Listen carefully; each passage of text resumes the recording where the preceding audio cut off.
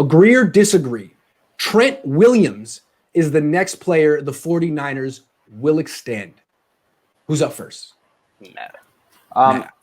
I mean, I just think that the next step is Richard Sherman and deciding on if Kyle Juszczyk is the guy next year to give him money, or they're going to go with Werner or Hokick at fullback next season. So I think it's Sherman and Juszczyk take care of the veterans that have been here from before they were Super Bowl contenders, and take care of those guys first, decide what you want to do with them. So I'll go with he's not the next one to sign, but I think he will be on the team next year.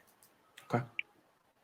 I disagree that he won't be the next one to be extended. I do agree that he's the number one priority. Left tackle, it's an essential position in the NFL. It's a premium position.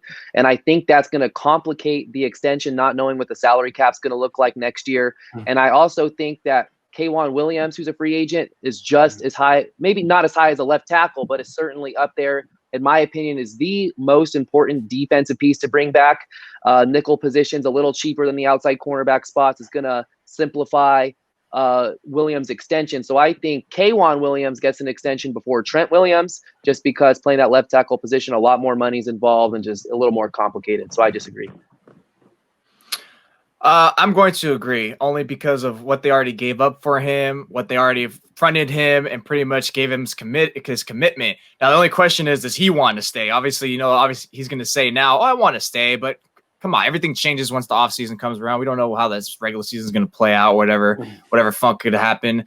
But I think they're gonna have to prioritize him, because left tackle, exactly, any offensive tackle is pretty much critical position, because once he's gone, who are you left with? Just in school, just like a bunch of scraps and pieces. But exactly like Nick said, it's a little complicated with the salary cap. He's gonna actually demand, or at least have, a lot of money, which is what Grant alluded to about how the 49ers lost their leverage versus like franchise tagging them and such like that, where it's now you're really going to cap strap yourself to a degree. So I think a little bit, it'll be complicated how they're going to structure him. So if they don't go with him first, I could even see them going with Juszczyk first instead, just because he'd be an easier deal done. And as much as Nick mentioned, Cohn Williams, the first one to get signed, I think that's going to be a tough one to see, just because based on depth. So, I mean, just Trent Williams is going to be the one that they have to, because of what they already put forth to him. Right. I'm going to have to disagree on this, though. They're going to go at the more affordable contracts first.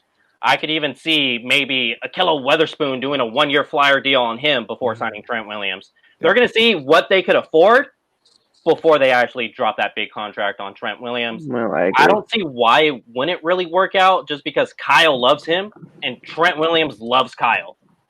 But with that cap number coming down so far to 175, it's 100%. Those guys have a tough job right now.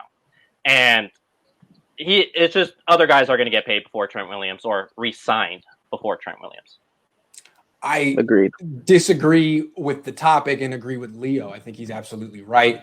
The Niners' MO is to take care of the players who are easier to take care of.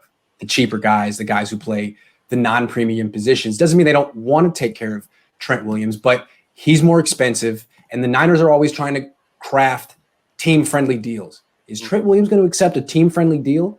It's not his hometown team. He's been here for 1 year, and there's a mutual benefit for the relationship in the short term, but he strikes me as the kind of guy who's going to go to the highest bidder next year. I'm sure he loves Kyle Shanahan.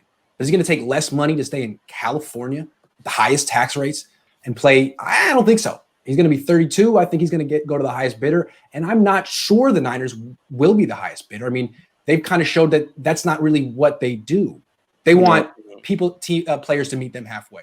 So I'm going to be pessimistic on this one and say, no, they're going to go after, well, not pessimistic. I'm just going to say they're going to go after Juszczyk first. I think one advantage that they have with him, just real quick, just because he came from a debacle of a franchise I didn't trust, and if he gets comfortable with, he's like, I like this locker room, I'd rather not change it. So that's the only thing I could see differently. But yeah, I could definitely see Juszczyk in first, because he knows what is lurking out there, and it might not just be Washington. So if he feels he's got a good home, then feel like, hey, this is rare, stick with it. That's a definitely good home. Good point. The human element, courtesy of Jose Sanchez. That was good.